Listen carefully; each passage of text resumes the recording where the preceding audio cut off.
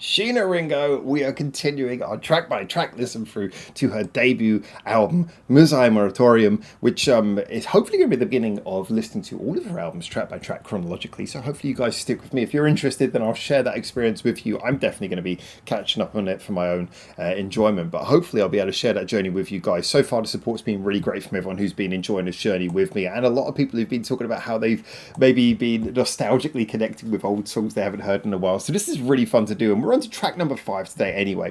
But I will say that as we jump into this song, with the name translates to When It Begins to Get Dark, this is rather intriguing because the vibe that I've got from the first 4 songs is it plays out almost like a dare I say, a concept album. I don't want to throw that label on what we got here, but there is this feeling of concept to it. You know, the first song, leaving the small city, coming to the big city, the first meeting, if you like, encounter with the dark side of the city, then dealing with day-to-day life, and then the kind of the sense of pure frustration and anger that follows that. So I'm intrigued. Is this a chronological continuation? Sorry, I just realised you on the window you've got here, you couldn't see what I was looking at underneath. But is this a continuation of that? Slip into a little bit of the rage?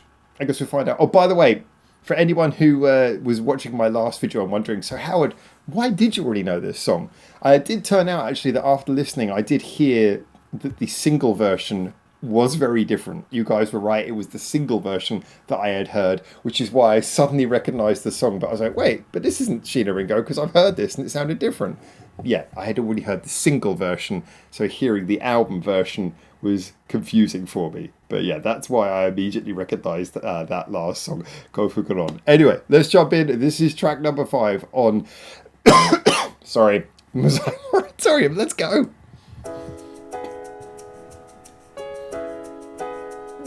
Smooth. Ooh, I like that little chord change there. Kind of smooth jazz vibe coming in here.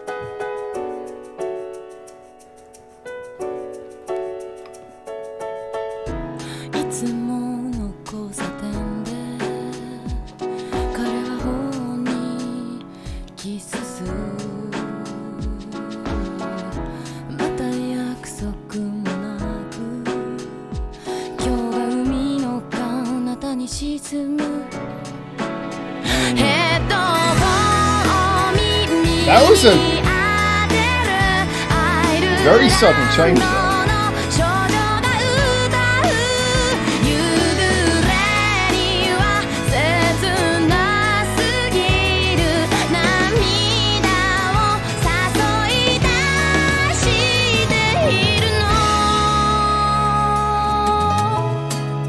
Oh,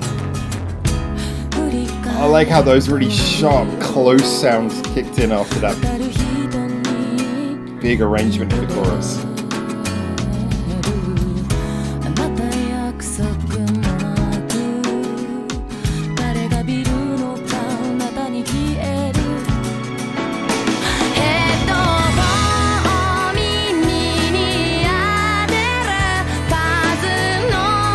There's so many layers in this, the production's brilliant.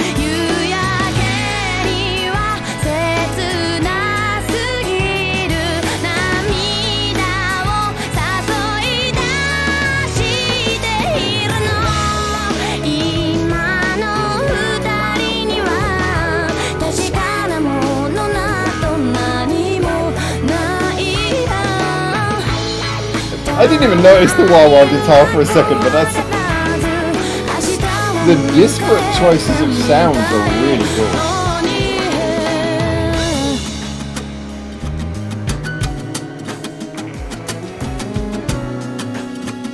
I love how we have this interesting range of sounds that both work together and at the same time feel so different.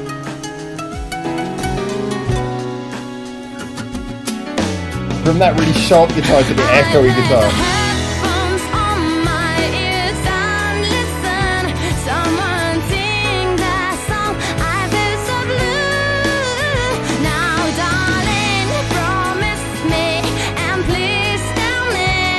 I'm not sure why the English, but okay.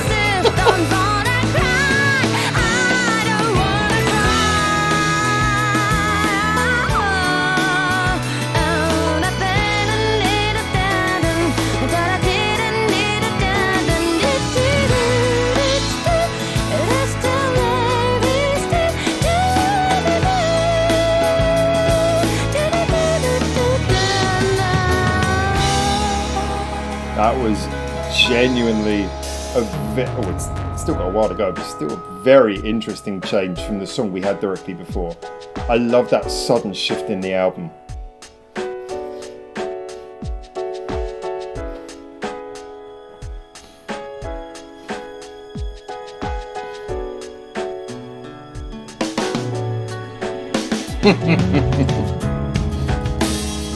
Love the way that these little sounds would just pop in like, didn't see that coming. But they all just land so smooth, so creatively.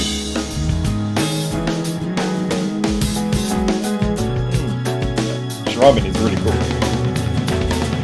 I know Sheena did a lot of the drumming on this. Did she do the drumming on? Sorry, I had to put a cut in there because the minute the song ended, suddenly I got an advert for AI Dross, and unfortunately I get loads of targeted adverts telling me to, hey, you'll really like this thing that makes your music for you. It's AI and it writes all your music for you. And I think putting an advert for something like that after a song like this would be insulting, because we're here to celebrate amazing songwriting skill and musicianship. So yeah, this is the kind of thing that reminds me how amazing and talented some people are, and how beautiful it is, and how we do not need AI to write our songs. However good AI gets, we do not need AI to write our songs, because we have people out there, and it's so much more rewarding when you find someone who just naturally has the talent to do the kind of stuff that Sheena Ringo does. I was going to say the drumming at the end was beautiful, and I know she did a lot of drumming on this album, so I'm wondering if she played the drums in this, then massive respect, because there was a lot of feel in the drums there. I would assume that it wasn't, but there we go. Okay, so yeah, it was Noriyasu Kawamura. Okay, fair enough. But still, yeah, it's no disrespect, it's just the drumming was so good in this, I just had to assume it couldn't have been from someone who didn't see drumming as the main focus of their career. But still, you can never know with Sheena Ringo. So when it comes to this song, first things first, I often talk about how songs, when we get to this point in an album, I often talk about how songs fit in the album. And one of the things I really liked about this is we just came from a song, Kofukuron, which I think you could argue borders on the melodramatic, but in a really fun way. I like it. It's explosive. It's crazy. It goes a little bit over the top, but it kind of does that in a way where you can tell with the screeching, distorted vocals and the screaming, it's designed to sound unhinged. And when it comes to a good album arrangement, there's two approaches you can often take, which is either making every song follow on naturally from the one that came before, or sometimes, and I'd usually say most good albums have at least one point where this happens, a sudden shift. Like a sudden shift. Often it'll happen around about 2/3 of the way through an album, but just something where the song that follows the one before is wildly different. And it's because it's like there as a reset, as like a bit of a slap around the face to just kind of like grab your attention. And it can be rewarding. Sometimes if you do it badly, it can sound really jarring. If you do it well, then the contrast between the two songs actually makes them both work better for how different they are, how they highlight the differences. And we've gone from a song that was all about distortion and screaming and madness immediately into a song that just starts with this sort of beautiful chilled out tone. It's very jazzy, it's very light. You've got the piano, just a little tapping, just gentle. It just increases in the pressure, just to kind of like pull at the heartstrings. It's a song that is playing a very different game. And the result is you really feel that difference. And I think it actually works to the benefit of both the songs that you have that change. Now, if I were to talk about what makes this song work for me, it is primarily a song built on tone. I would say the core song itself, don't take this the wrong way, I'm always honest on this channel, the core song itself is fairly... It's nice. It's you know, it's an album track. It doesn't feel like the actual... If you look at the chords, the melody, the lyrics, I didn't really feel like this was like a standout song, which is kind of like a nice song. But the arrangement and the layering, this was clearly a song that was designed to be simple at the center, but then have these interesting little playful things layered over the top that would give it a slightly more interesting, the feeling that there's more depth to it. I like the fact that we got a song that is quite simple, but gives this kind of ongoing sense that there's more under the surface, conveyed by the strange choices of sound. I really like that. It was very quick to break into the first chorus, which kind of surprised me.